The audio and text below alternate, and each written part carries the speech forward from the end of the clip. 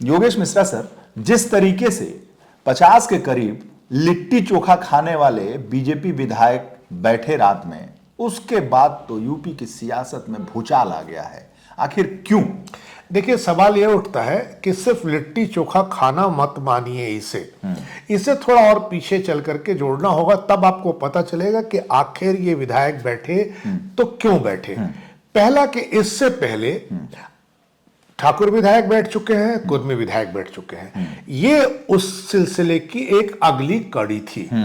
दूसरा, उत्तर प्रदेश में बहुत लंबे समय से जो सत्ता है वो सत्ता एक कास्ट विशेष के लिए काम करती दिख रही है या नहीं ये सत्ता जाने।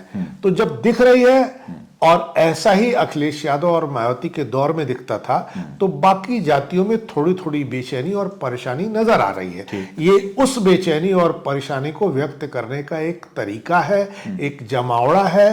और जो पार्टी हिंदुत्व की पॉलिटिक्स करती थी, उस पार्टी में अगर उसके विधायक जातीय खांचों में बैठ करके मिलजुल रहे हैं, तो आप समझिए कि वह पार्टी अब किसी नए संकट के सामने खड़ी है। उसे उस नए संकट को नए ढंग से हल करने के बारे में सोचना होगा। आप ये कहना चाहते हैं कि मॉनसून सत्र में जिस तरीके से कुटुंब परिवार के नाम पर ठाकुर क्षत्रिय राजपूत विधायक इकट्ठा हुए बैठे, उसी की प्रतिक्रिया स्वरूप ब्राह्मण विधायक बैठे हैं, यही कह रहे हैं? बिल्कुल बिल्कुल यही कह रहे हैं, यही बात है। और इससे पहले जब कुर्मी बैठे थे तो लोगों ब्राह्मणों को भी लगा कि भाई हम तो कास्टिज्म नहीं कर रहे हैं। आखिर सारे लोग अगर कास्टिज्म कर रहे हैं, उनके खिलाफ कोई एक्शन नहीं हो रहा है, तो ऐसी सिचुएशन में हमें भी अपने समाज के बीच मुंह दिखाना है, जाना है और उनसे वोट लेना है। दूसरी जगहों पर वोट दिलवाना भी है जहां पर ब्राह्मण नहीं होंगे बीजेपी के, वहां तो वो वोट दिलवाएंगे दूसरे को। तो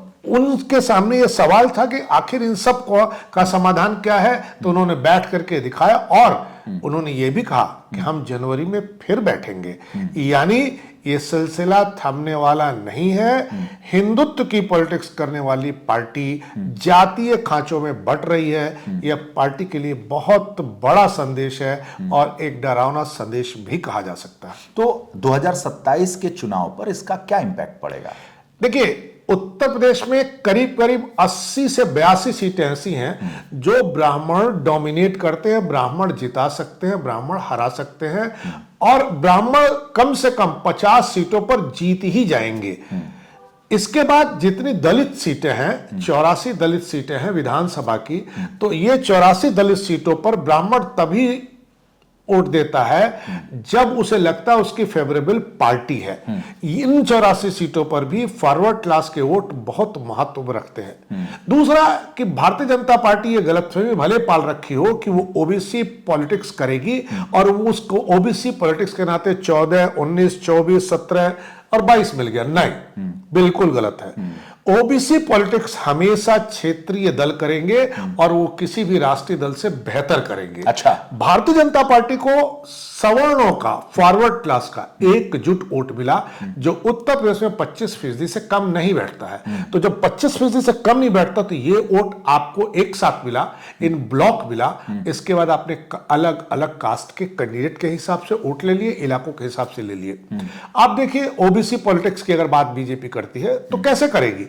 बीजेपी ने कुर्मी पॉलिटिक्स सबलेट कर रखी है, निषाद पॉलिटिक्स सबलेट कर रखी है, राजभर पॉलिटिक्स सबलेट कर रखी है। तो जब आपने सबलेट किया तो पॉलिटिक्स कैसे करेंगे? बहुत बढ़िया। तो जब सबलेट आपने कर रखा, कुर्मी के नाम पे अनुप्रिया पटेल, निषाद के नाम पर के संजय निषाद और राजभर के नाम पर प्रकाश राजभर, सबलेट कर रहा है, जैसे ठेकेदारी में सबलेट होता है। सबलेट कर दिया है। तो आप सबलेट जब आपने कर दिया तो आपके अपने लीडर का कोई महत्व नहीं रह गया। जब आपने सबलेट किया, आपको कुर्मी वोट दे नहीं रहा है, लोकसभा के नतीजे बताते हैं। तो ऐसे सिचुएशन में कौन सी ओबीसी आपको वोट दे रही कि आप ये कह रहे हो कि ओबीसी पॉलिटिक्स करेंगे?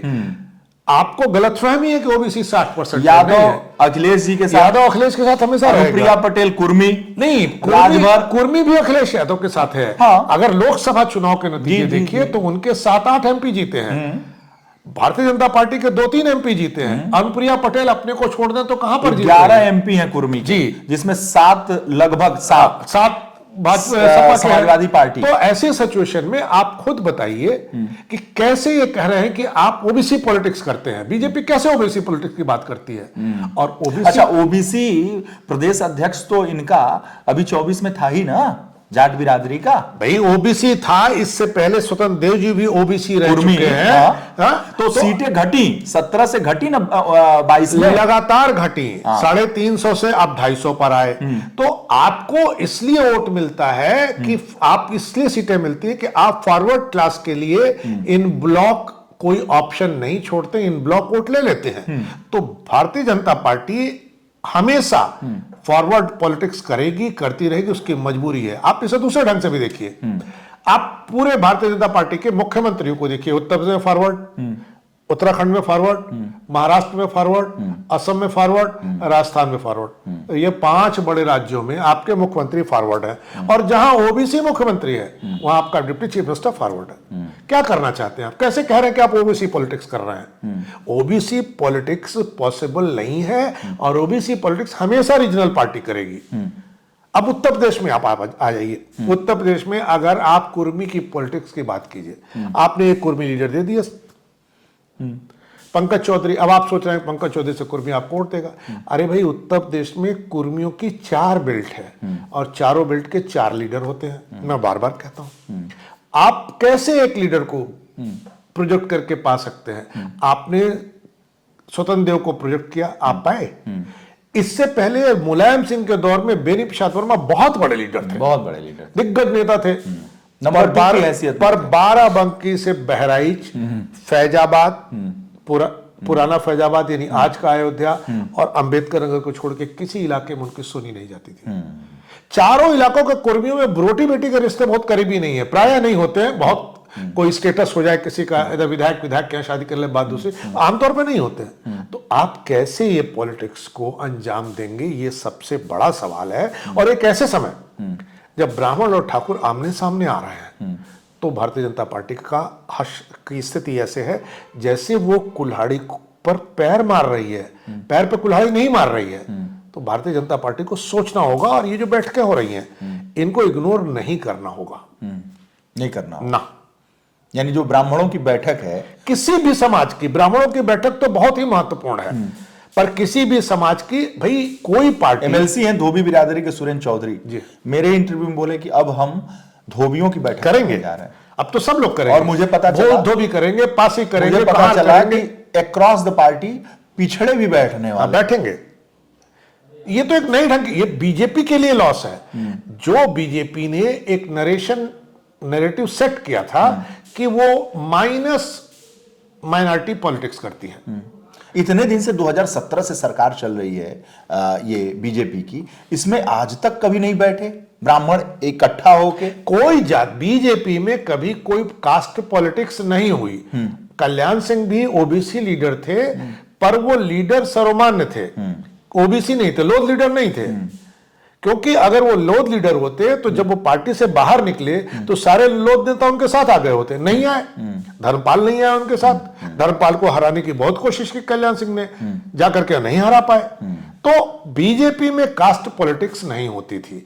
कल्याण सिंह, कभी कलराज मिश्रा नहीं बैठे, कभी राजनाथ सिंह नहीं बैठे, इसी सरकार में नहीं कोई बैठा, तो कभी भी कोई नहीं बैठा। तो ये जो बैठकें हो रही हैं, ये बीजेपी के उस नैरेटिव को, जो नैरेटिव 2014 में नरेंद्र मोदी ने सेटल किया था, minus minority, rest of the persons, तो वो नैरेटिव डिस्टर्ब हो रहा है, और उसका डिस्टर्ब होना भारतीय जनता पार्टी के लिए बहुत हानिकारक होगा। कुटुंब परिवार की जो बैठक हुई उसकी प्रतिक्रिया में ये बैठक हुई, और भी बैठकें होंगी जो भारतीय जनता पार्टी के सेहत के लिए अच्छा नहीं है। बिल्कुल यही कहना चाहते हैं। हम सभी जानते हैं, जो राजनीतिक विश्लेषक हैं और जो राजनीति के विद्यार्थी हैं, वो ये जानते हैं कि जब जब जातीय पॉलिटिक्स हावी हुई, मतलब धर्म की पॉलिटिक्स से जातीय पॉलिटिक्स ब्लॉक वाइज हावी हुआ, उसमें बीजेपी पिछड़ जाती है। बिल्कुल पिछड़ जाती, क्योंकि रीजनल पार्टियां तो कास्ट की ही पॉलिटिक्स कर रही हैं ना। आप तो नेशन के इशू की पॉलिटिक्स कर रहे हैं, नेशनल पॉलिटिक्स कर रहे हैं। अच्छा, जातियों का एक और बड़ा दिलचस्प है, ब्राह्मण, मुसलमान और दलित, 3 को छोड़ दीजिए तो कोई जाति पैन इंडिया नहीं है। हर जातियों के सेक्टर हैं।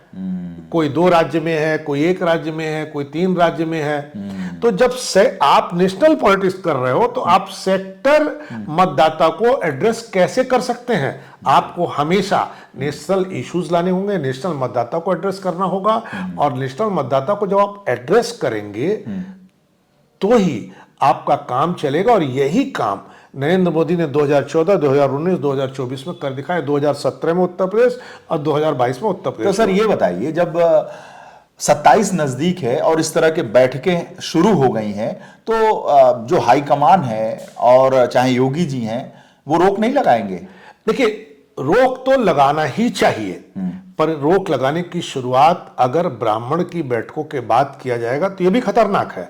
ये या तो आप कुटुंब जब बैठ रहा था, या जब कुर्मी विधायक बैठ रहे थे, या आगे कुछ विधायक बैठे हैं तब रोकिए। अभी रोकना खतरे से खाली नहीं होगा भारतीय जनता पार्टी के लिए, पर रोकना चाहिए ही चाहिए। आपने कहा कि अभी रोकिए, जब रोकना आप बेहतर मान रहे हैं, जरूरी मान रहे हैं, फिर कह रहे हैं कि अभी ब्रेक लगाने पे गाड़ी पलट जाएगी, थोड़ा रोक रोक के हचक हचक के मारो। ऐसा क्यों? ऐसा इसलिए कि अगर ब्राह्मणों के तुरंत बाद आपने रोका तो ये माना जाएगा कि आप सिर्फ एक कम्युनिटी के बाद सजग हुए हैं, आपकी ये सजगता कंसिस्टेंटली नहीं है। तो अगर आप ये, अच्छा, दूसरा कि अभी जो मुख्यमंत्री हैं, जो सरकार है, उसमें उसके बारे में ये माना जा रहा है, ये सच है या गलत, पर ये एक नरेशन है, ये एक पिक्चर है कि ब्राह्मणों के प्रति बहुत सहिष्णु नहीं है। तो ऐसी स्थिति में आप जब रोकेंगे तो ब्राह्मणों की ओर से रिएक्शंस और तेज होंगे। इसलिए या तो इसे बढ़ने दीजिए, और नहीं तो आपको रोकना उसी दिन चाहिए था जिस दिन एक राष्ट्रवादी पार्टी में जातीय अस्मिता का सवाल उठा करके उसके ही विधायक बैठ रहे थे, और बैठते हुए अपनी पार्टी के वोट के कॉम्बिनेशन को चैलेंज कर रहे थे। रोकना उसी दिन चाहिए था। बहुत बहुत धन्यवाद सर। धन्यवाद।